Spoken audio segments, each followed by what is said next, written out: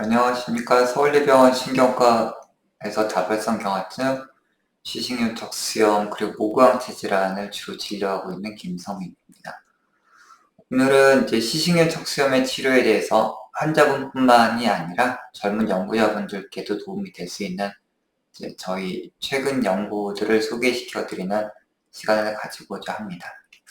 오늘 말씀드릴 내용의 주제는 시신경 척수염의 치료, 어떻게뿐만 아니라 언제도 중요하다는 얘기입니다. 시신경 척수염은 자가면역 질환으로 치료를 하지 않을 경우 재발이 만성적으로 반복이 됩니다. 많은 경우 이 재발은 이제 수십 년 이상 지속되는 경우가 있고 장기적인 치료는 꼭 필요합니다. 이런 재발들은 시신경염과 척수염으로 가장 흔하게 오지만은 드물게는 뇌의 염증으로 오는 경우도 있고 아주 드물게는 이제 뇌와 척수 사이에 병이 생기는데 이때 지속적이고 조절이 되지 않는 딱꼭질 또는 뒤통수 통증 아니면은 이제 심한 구역질이 나는 경우도 있기 때문에 주의를 요합니다.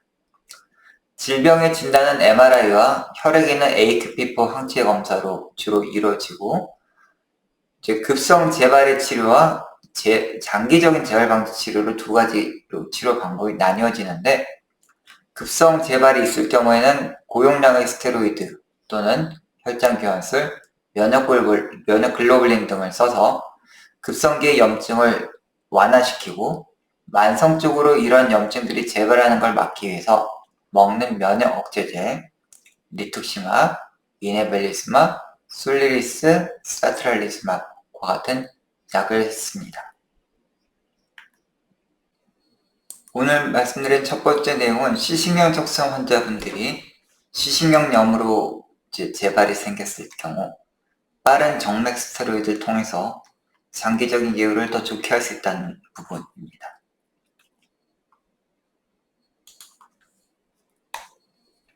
이 연구는 지금 전문 연구 요원으로 있는 민영기 선생 그리고 아산병원의 문예지 교수님 그리고 서울대병원 안과의 김성윤 교수님, 정재호 교수님과 함께 국내 여러 안과 교수님과 신경과 교수님들의 도움을 통해서 분석을 할 수 있었습니다. 저널 오브 뉴럴로지 뉴로서저리 사이키아트리라는 저널에 최근에 실린 바 있고요. 기존에 시신경염으로 인한 후유증이 있으면은 어떤 요소가 장기적인 예후에 더 도움이 되는지에 대한 분석에 영향을 미칩니다. 따라서 기존의 시신경염에 영향이 없는 첫 시신경염 환자분들만 저희가 분석을 시행을 했고, 시신경염은 시신경에 염증이 있습니다라는 좀 더 광범위한 용어이고, 이 시신경염이 어떤 병에 의해 생겼느냐에 따라서 시신경 척수염 시신경염, 모구항체 질환 시신경염, 단순 시신경염, 그리고 다발성 경화증 시신경염으로 분류를 할 수 있습니다. 그래서 저희 데이터들을 이런 시신경염의 서브타입별로 다 분류를 했고, 제일 중요한 데이터가 이 데이터인데, 이쪽에 왼쪽 그림을 보시면은 제일 위가 시신경 척수염 시신경염, 그 밑이 모구항체 질환 시신경염, 그리고 그 밑이 다발성 경화증 시신경염, 그리고 단순 시신경염인데 어떤 종류의 시신경염이든 간에 시신경염의 재발 또는 급성기 시신경염이 생겼을 때 시력이 많이 손상된 분은 아무래도 장기적으로 시력 회복이 좀 부족했다는 것을 확인할 수 있었습니다. 하지만 그럼에도 불구하고 시신경 척수염 시신경염 그리고 모구항체 질환 시신경염 이 두 질환의 시신경염은 스테로이드를 빨리 쓰면 빨리 쓸수록, 즉 시신경염이 딱 생긴 이후에 사흘 이내에 스테로이드를 쓰면은 그 이후에 스테로이드를 쓰는 환자분들에 비해서 시력 호전이 유의하게 좋았고, 모구항체 질환 시신경염 환자분들도 사흘 이내에 스테로이드가 들어가면은 8일 이후에 스테로이드가 들어간 환자들보다 훨씬 더 예후가 좋았습니다. 즉, 저희 연구를 통해서 어떤 종류의 시신경염이든 간에 급성기의 시력이 많이 손상이 되거나 이제 많이 악화된 것은 아무래도 장기적으로 시력 회복을 저해한 요소임을 확인할 수 있었고, 안타깝지만은 다발성경화증 시신경염, 단순 시신경염은 스테로이드를 빨리 써도 장기적인 큰 호전을 보지 못했습니다. 하지만 시신경 척수염 환자분들, 그리고 모구 항체 질환 환자분들은 시신경염이 생겼을 때 증상 생긴 이후에 며칠 안에 빨리 스테로이드를 쓸 경우에는 장기적으로 시력이 더 좋아지는 걸 확인할 수 있었기 때문에 이 두 질환은 시신경염이 생긴 시기에 최적의 치료 시기가 존재한다라고 생각을 합니다.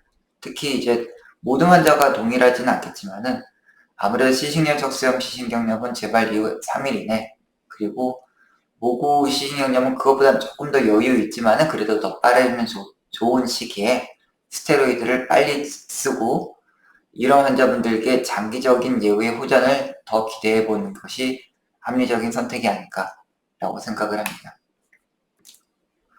두 번째로 말씀드릴 내용은 시신경 척수염의 치료에서 장기적으로 재발을 방지하기 위해 리투시맙이라는 약을 쓰는데, 이 리투시맙이라는 약을 시작하는 것도 여러 번 재발한 이후에 시작하는 것보다 가급적 초기에 처음 치료가 불충분하다고 판단이 됐을 경우에 빨리 시작하는 것이 장기적인 예후 향상에 좋다는 내용입니다. 시신경 척수염은 최근 많은 연구자분들의 노력과 의학의 발달로 많은 신약들이 정말 짧은 기간 동안에 FDA 승인을 받았습니다. 첫 번째로 에클리스맙이라는 약, 두 번째로 이네벨리스맙, 엄비스나, 세 번째로는 사트랄리스맙. 첫 번째 약은 이제 항체로 인해서 신경이 손상될 때 항체로만 손상을 시키지 못하고 보체라는 물질이 옆에서 항체의 신경 손상을 도와주는데 그 보체를 막는 약이고, 두 번째 이네벨리스맙이라는 약은 항체를 만든 세포인 B세포를 완전히 몸 안에서 없애버리는 약입니다. 세 번째 엔스프린이라는 약은 이런 항체를 만드는 B세포뿐만 아니라 실제로 직접 신경을 손상시킬 수 있는 T세포를 만들거나 활성화시킬 수 있는 그 단계를 촉진하는 물질인 IL-6라는 물질을 막는 약제이고, 이 약제들은 모두 다 최근에 임상시험에서 긍정적인 효과를 확인해서 FDA 승인을 받았습니다. 하지만 가장 큰 이 약제의 좀 제한점 또는 아쉬운 점이라면 가격이 매우 비싼 것인데요. 이 솔리리스라는 약은 1년에 미국에서는 환자 한 명당 치료 비용이 70만 불 정도 됩니다. 다른 약제도 솔리리스보다는 가격이 좀 낮긴 하지만 그래도 상당히 고가인 약제들이고요. 그렇기 때문에 국내에서 이제 이 약들이 이제 보험급여 적용이 됐고 또는 곧 될 예정으로 있지만은 안타깝게도 그 보험이 적용된 환자분들의 범위가 제 생각에는 지나치게 좁습니다. 그래서 외국 같은 경우는 좀 더 많은 환자분들이 이 약을 쓸 수 있는 기회가 열려 있다면 국내에서는 아무래도 이 약으로 인한 치료의 기회가 정부 또는 보건복지부 또는 심평원의 결정에 따라서 지나치게 좀 좁지 않은가, 이런 부분은 앞으로 개선이 돼야 되지 않나, 저는 그렇게 생각을 하고 있고요. 그렇지만 이제 한 가지 그럼에도 불구하고 좋은 소식은 리투시맙이라는 약도 최근에 이 임상 연구에 따라서 시신경 척수염 환자분들에게 효과가 있음이 확증이 되어서 이제 국내에서는 이제 보험급여 하에 사용할 수 있습니다. 근데 이 리투시맙이라는 약을 쓰면은 재발을 잘 막을 수 있다까지는 연구가 되어 있지만 이 약을 언제 어떤 환자분한테 어느 시점에 쓰는 것이 장기적으로 그 재발을 막는 것뿐만이 아니라 신경의 기능을 잘 보존하는지에 대한 연구가 좀 부족했다고 저희는 생각을 했고요. 이 연구는 이제 지금 원자력병원에 계신 박수현 교수, 그리고 이제 삼성병원의 김병리 교수님, 그리고 저희 연구팀과 국내 여러 신경과 교수님들께서 많이 도와주셔서 할 수 있었고요. 국내 이제 그 큰 소위 말하는 빅5 병원을 포함해서 여러 큰 대형 병원에서 참여를 해주셨고 총 19개 병원에서 데이터 분석에 도움을 주셨습니다. 이 연구에서 저희가 중요시하게 여겼던 것은 이제 리투시마브를 쓴 환자분들에서 장기적으로 신경의 기능이 어떻게 하면 잘 보존이 되어 있을까라는 점을 주로 봤는데요.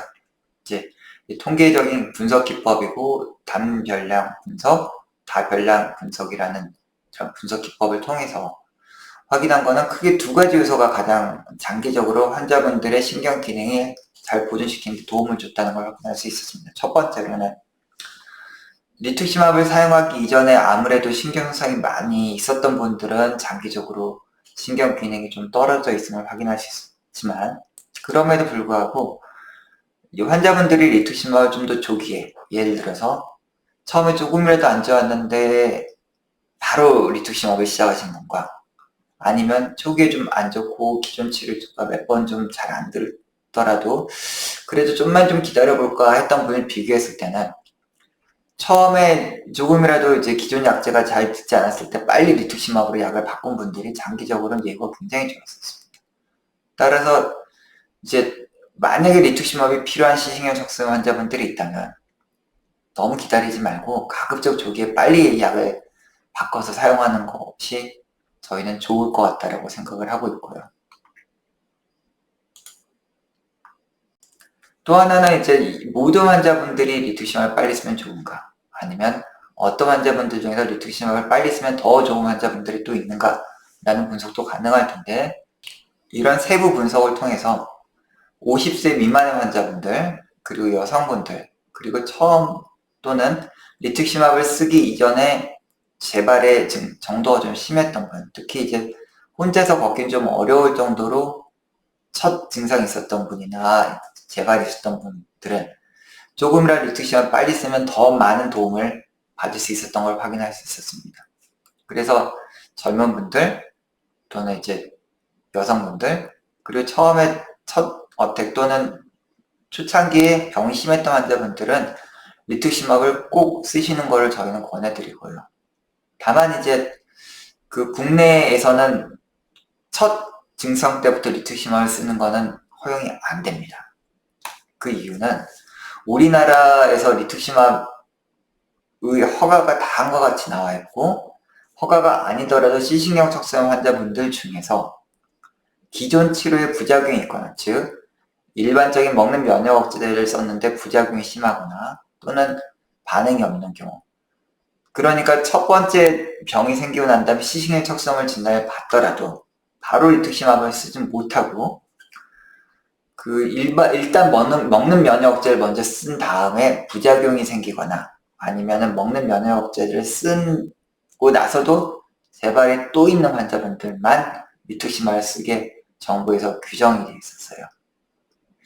그런데 이런 환자분들은 결국 이제 기존 면역 억제를 쓰는 와중에 부작용을 겪거나 또는 이제 결국은 재발을 한 번 이상을 더 경험을 해야지 리투시마브를 쓸 수 있다는 건데 이때 한 번 더 생기는 재발이 과연 안전한가? 저는 그 부분은 굉장히 조심스럽습니다. 따라서 저희 연구의 결과들처럼 50세 미만이거나 여성분들이거나 또는 첫 재발이 심한 환자분들의 이런 환자분들은 처음에 시신경 척수염 증상이 생기고 진단이 되면 1차 치료를 리투시마브를 쓸 수 있게 치료 옵션을 열어주는 게 저는 합리적인 선택이라고 생각을 하고 이런 이제 보건복지부의 방침 또한 저는 이제 좀 더 환자분들을 위해서 긍정적인 방향으로 바뀌었으면 하는 생각을 가지고 있습니다.